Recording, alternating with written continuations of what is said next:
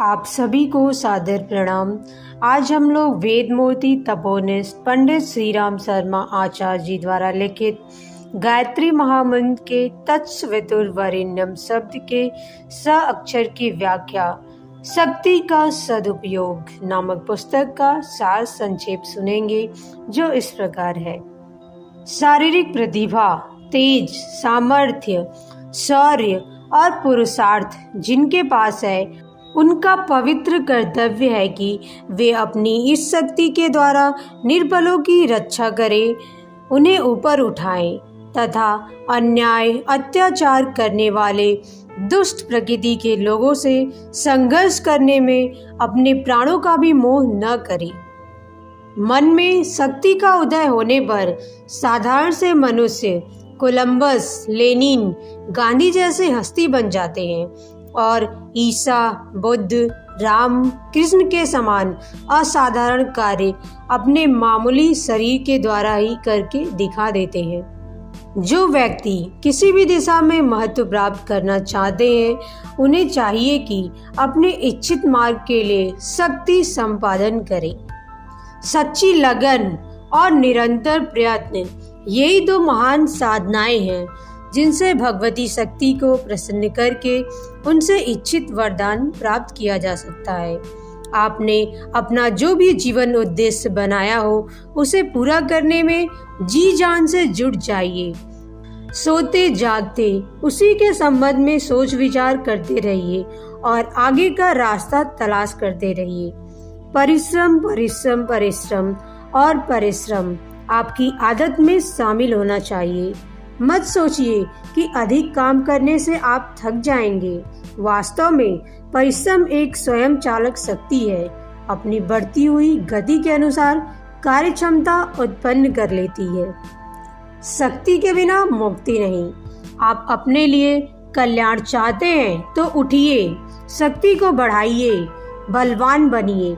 अपने अंदर लगन, कर्मण्यता और आत्मविश्वास पैदा कीजिए। तब आप अपनी सहायता खुद करेंगे तो ईश्वर भी आपकी सहायता करने के लिए दौड़ा दौड़ा आएगा। भवानी शक्ति की मूर्तियों में 8 भुजाएं, 8 साधन है। पहला स्वास्थ्य, दूसरा विद्या, तीसरा धन, चौथा व्यवस्था, 5वां संगठन, 6ठा यश, 7वां शौर्य और 8वां सत्य है। स्वास्थ्य सर्वप्रथम और सर्वोपरि बल है। इस बल के बिना अन्य सब बल निरर्थक है। इसलिए स्वस्थता की ओर सबसे अधिक ध्यान देने की आवश्यकता है। स्वाद, फैशन या आराम की ओर ध्यान न देकर आरोग्य की दृष्टि से हमें अपना जीवन क्रम बनाना चाहिए। प्रातःकाल उठना, रात को जल्दी सोना, नियमित व्यायाम करना, भली प्रकार सफाई करना, चटोरपन को तिलांजलि देकर, सात्विक मन से खूब चबाकर, प्रसन्नता पूर्वक कम भोजन करना। विद्या मनुष्य के कर्तव्य और उत्तरदायित्व को हृदयंगम करने को कहते हैं। धर्म, अध्यात्म, शिष्टाचार, सेवा, पुण्य, परमार्थ, दया, त्याग, सदाचार, संयम, ईमानदारी, कर्तव्य भावना की वृत्तियों का जीवन में घुल-मिल जाना।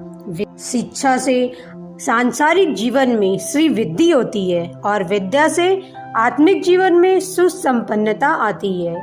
धन को विवेक पूर्वक कमाना चाहिए और विचार पूर्वक खर्च करना चाहिए, तभी धन की शक्ति का वास्तविक लाभ प्राप्त किया जा सकता है। सक्रियता, जागरूकता, स्वच्छता, नियमितता, पाबंदी, मर्यादा का ध्यान रखने से मनुष्य के विचार और कार्य व्यवस्थित होने लगते हैं और वह धीरे धीरे अपने क्षेत्र में एक व्यवस्थापक बन जाता है। तन बल, धन बल, भुजबल की भांति जन बल भी बहुत ही महत्वपूर्ण है। जनशक्ति द्वारा बड़े कठिन कार्यों को आसान बना लिया जाता है। आप सामूहिक प्रयत्नों में अधिक दिलचस्पी लीजिए।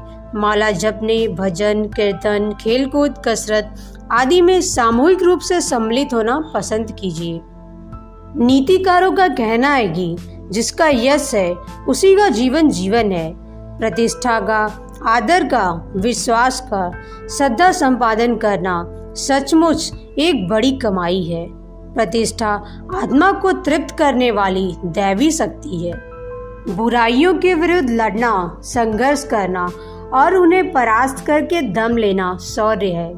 स्वाभिमान, धर्म और मर्यादा की रक्षा के लिए मनुष्य को बहादुर होना चाहिए। जो सत्यनिष्ठ हैं, मन, कर्म और वचन से सत्यपरायण रहते हैं, उनके बल की किसी भी भौतिक बल से तुलना नहीं की जा सकती। सांसारिक स्वार्थ की सिद्धि शक्ति का दुरुपयोग है, लेकिन परोपकार करते हुए परमार्थ सिद्ध कर लेना शक्ति का सदुपयोग है। प्राचीन काल में राजा विश्वामित्र की सारी संपदा तपस्वी वशिष्ठ के सामने पराजित हो गई, तो विश्वामित्र जी अनुभव किए कि सांसारिक बल से श्रेष्ठ आत्मबल है। अधिक भोग विलास मनुष्य की शक्ति का हास कर रही है। हम संतानोत्पत्ति का उद्देश्य, आदर्श तथा प्रकृति का आदेश नहीं मान रहे हैं। फलतः समाज में आयुषहीन, अकर्मण्य, निकम्मे बच्चे बढ़ रहे हैं। भोग विलास से दूर रहकर वीर शक्ति को बचाइए। अधिक दौड़ धूप से शक्ति का हास होता है। जो शक्ति संचय करना चाहते हैं, उन्हें चाहिए कि केवल अर्थ उत्पादन को ही जीवन का लक्ष्य न समझे, शांतिदायक विचारों में रमण करें। शक्ति के हास का तीसरा कारण है अधिक बोलना। जिस प्रकार अधिक चलने से जीवन का क्षय होता है, उसी प्रकार अधिक बोलने, बातें बनाने, बड़बड़ाने, गाली गलौज देने, चिढ़कर कांव कांव करने से लोग फेफड़ों को कमजोर बना डालते हैं। शक्ति संचय के लिए मितभाषी बनिए। शक्ति का दुरुपयोग मनुष्य को राक्षस बना सकता है। रावण जाति का ब्राह्मण बुद्धिमान, तपस्वी राजा था, लेकिन अहंकार, वासना पूर्ति के उत्तेजित वेग ने उसके विवेक को समाप्त कर दिया। निष्कर्तव्य का ज्ञान नहीं रहा। अंत में समझ शक्ति के साथ रावण का क्षय हुआ।